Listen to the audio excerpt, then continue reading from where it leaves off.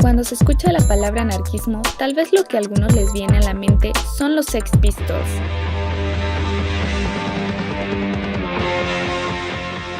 A otros, gente destruyendo objetos. Otros más imaginarán un mercado sin reglas, como los nuevos neoliberales. Por supuesto que ninguna de estas ideas son acertadas. Para entender mejor qué es el anarquismo, primero entendamos la palabra. Según la Real Academia, anarquía deviene del vocablo griego anarquia. Este vocablo originalmente se compone de dos palabras, an, que significa la no tendencia de algo, y arqué, que significa poder, es decir, la ausencia de poder. Pero esta definición se queda bastante corta. Por ello, es necesario regresarnos 200 años en la historia.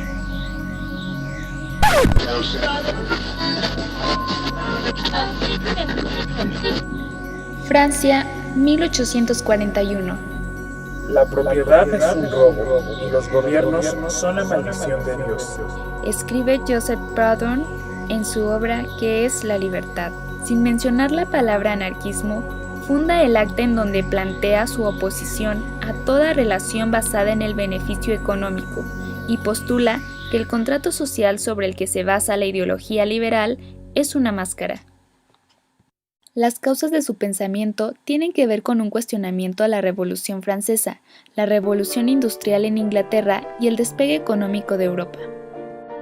A partir de la Revolución Industrial se genera un nuevo orden social, marcado por el surgimiento del proletariado y la consolidación de una clase social hegemónica, la burguesía.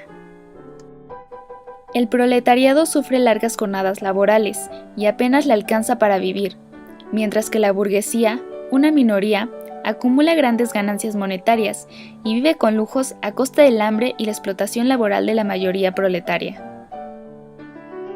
La situación general es que la igualdad sigue siendo una materia pendiente y que el sistema de representación política es un modo de perturbar las injusticias. En ese clima de descontento nacen los trabajos de Marx por un lado y los de los anarquistas por el otro, como las dos formas que asumirá históricamente la protesta social. Empieza con Proudhon una búsqueda tanto para lograr la abolición del Estado como para encontrar nuevas maneras de que la sociedad sea libre. Proudhon propone las bases de lo que se llamó anarquismo teórico, en el marco de una revuelta popular que recorre toda Europa. Joseph Proudhon, como pionero, se plantea primero los objetivos. La oposición al Estado y a cualquier forma de propiedad, fuera esta privada o colectiva. Con ello, busca preservar la autonomía frente a la desigualdad social y las presiones del Estado. Entre sus objetivos también está la autogestión. Para 1844, los planteamientos de Proudhon empiezan a hacerse populares entre los obreros, y Marx responde a su libro Filosofía de la miseria con otro título que lo dice todo, Miseria de la filosofía, donde lanza furibundos ataques contra los postulados anarquistas. Proudhon es un hombre a la caza de fórmulas. Su conocimiento de la economía política es el de un escolar. El libro de Proudhon es el código del socialismo pequeño burgués. La principal crítica de Marx a Proudhon es su rechazo a identificar la lucha de clases y la idea de los obreros como la vanguardia de esa revolución por venir. Unos años antes en Rusia.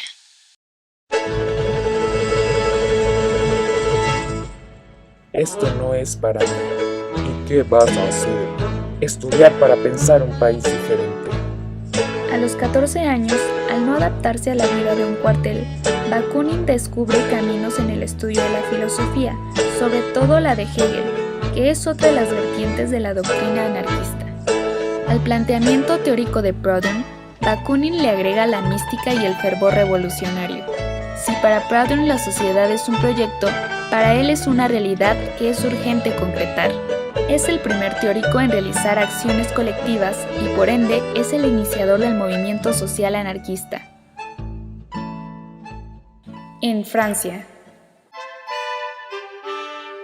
Proudhon, Marx y Bakunin mantienen reuniones. Allí, Bakunin se distancia de Marx por la idea de una dictadura del proletariado, aunque coincidían en el rechazo a la propiedad privada. Para Bakunin, cualquier forma de Estado es opresora.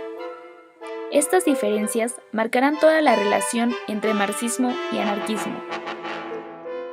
Estar en contra del Estado es estar en contra de la guerra. Ese pacifismo político es otra de las marcas que deja Bakunin. Con su participación y trabajo en la organización de la militancia anarquista, lleva sus ideas hasta Checoslovaquia, Prusia, Polonia e Italia. En este último plantea su oposición no solo al Estado, también a la religión. Bakunin funda el accionar político sobre una ética de la solidaridad. Se trata de una libertad que supera todo individualismo. Londres, 1864. Celebración de la Primera Internacional Socialista. Un príncipe aparece en la escena del debate. Termina del lado de las ideas anarquistas. Es el ruso Mikhail Kropotkin. A Kropotkin se le conoce como el fundador del anarcocomunismo, con sus ideas de comunidades y comedores populares.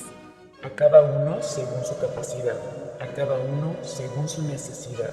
Con Kropotkin y su adhesión a la Revolución Rusa de 1917, se esparcieron las ideas anarquistas en Rusia. Sin embargo, con la muerte del revolucionario, terminaron los actos anarquistas.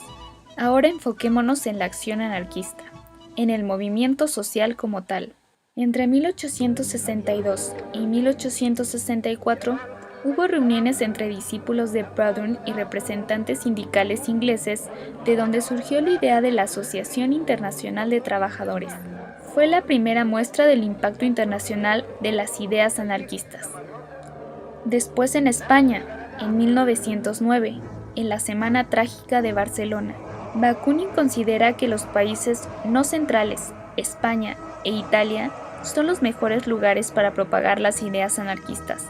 Para eso, envía a Barcelona a un italiano que no hablaba español, pero poseía una gran expresividad y una convicción a prueba de todo. Es Anselmo Lorenzo.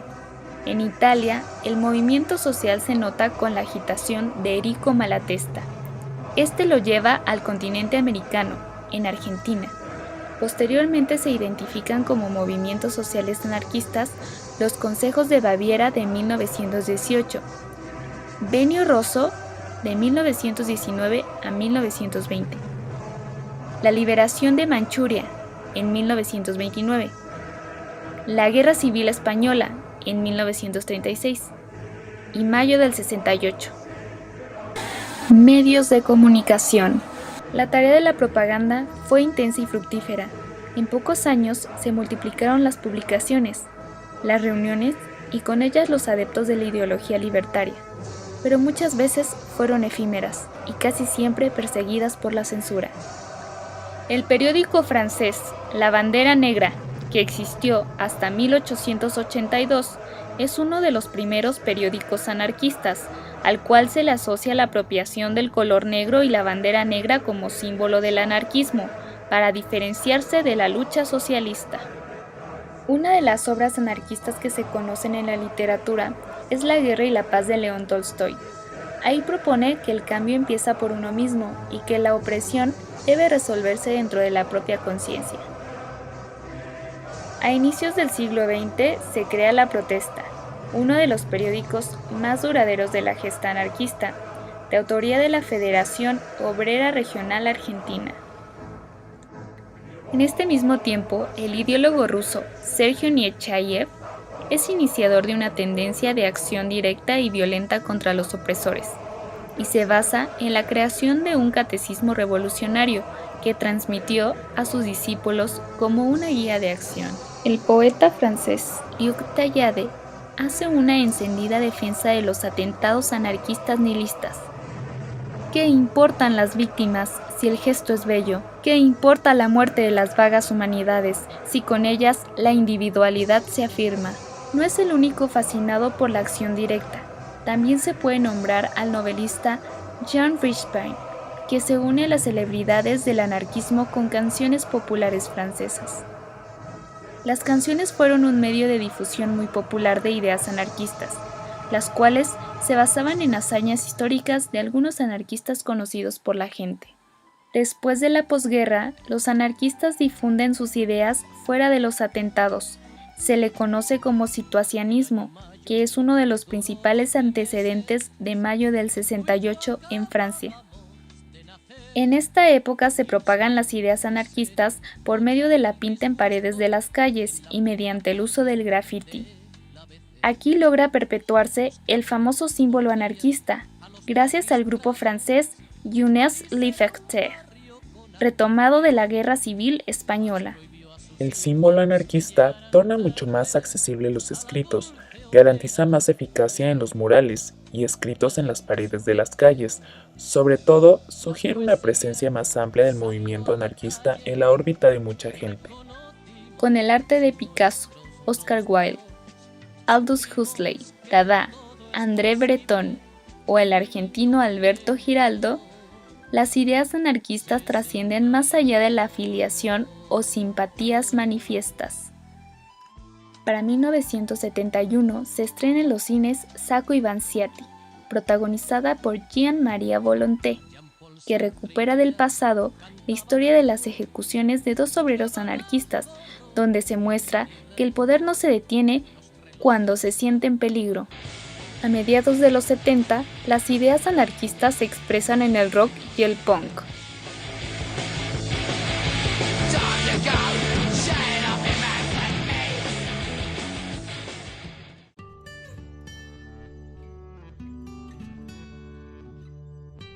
¿Se puede hablar de un desenlace del movimiento anarquista? No, aún no se puede afirmar el desenlace del movimiento anarquista, pero sí un debilitamiento a partir de 1930. El anarquismo fue perdiendo presencia en todo el mundo debido a los regímenes fascistas y al estado de bienestar, pero las contradicciones en ambos son las provocadoras de que el espíritu anarquista continúe. Así encontramos en los años recientes las ideas anarquistas en los movimientos ecologistas, en la caída del muro de Berlín y el activismo contra la globalización.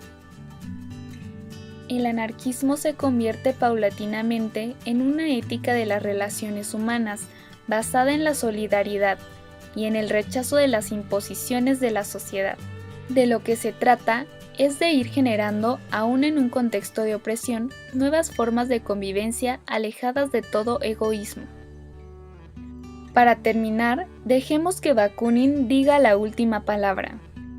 Yo soy partidario convencido de la igualdad económica y social, porque sé que, fuera de esta igualdad, la libertad, la justicia, la dignidad humana, la moralidad y el bienestar de los individuos, así como la prosperidad de las naciones, no serán nunca nada más que mentiras.